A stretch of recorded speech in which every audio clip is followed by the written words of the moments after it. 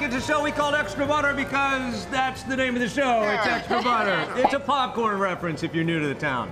All right, you guys, we're talking about movies that are going to win Academy Awards now. One of the first up, it was a big hit at the Toronto Film Festival, and like Jamal just said, we are going into award season. Right. The mountain between us, you'll hear it talked about often. Do you think this is the first film to kind of start that off? The whole maybe going to go to the Oscars thing? There's been a couple, I think, before this. Maybe? Yeah. Well, I'm just not sure about that right now. Definitely when you put it up against Flatliners. Okay. I think it takes the cake with that one. Okay, they yeah. really filmed it 10,000, the altitude. They're really way up there, and it was really negative 38 degrees Celsius, which is what, Fahrenheit?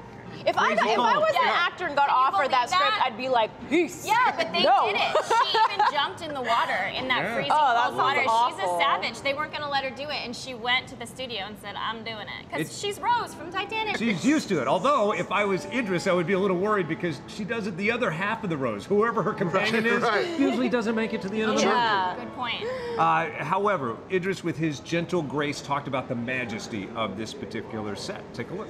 I've never seen anything like that. You know, those mountains are beautiful and the views go on forever, and you feel quite special. I felt very privileged to sort of be asked to make this movie and see these views that probably not many human beings will ever get to see in real life.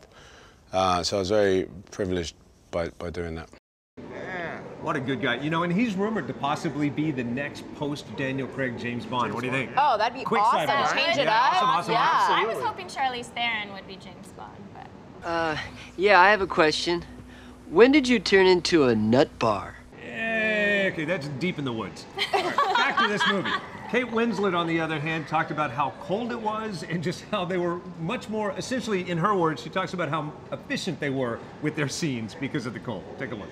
Sometimes we would go to work and we would get one take of everything. In fact, there was one day on the mountain where every single thing we shot, we did in one take. So we did one scene, one take, moving on to the next thing, and the next thing, and the next thing, one take, because it was just so darn cold, you had to get through it. I mean, even taking off your gloves for 2 seconds was excruciating.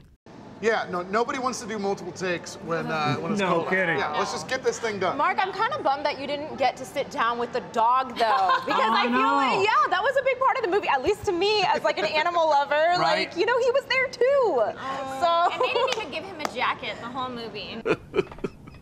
Over an ugly dog. I bet you had a pretty nice trailer. He was probably well taken care of. A lot of times the actors are, and maybe paid better, and gets a back-end deal. I'd be his PA. And for the folks at home who don't know, what does PA stand for? Personal assistant. There you go. Yeah. Or pony assistant, which would help segue into my little pony.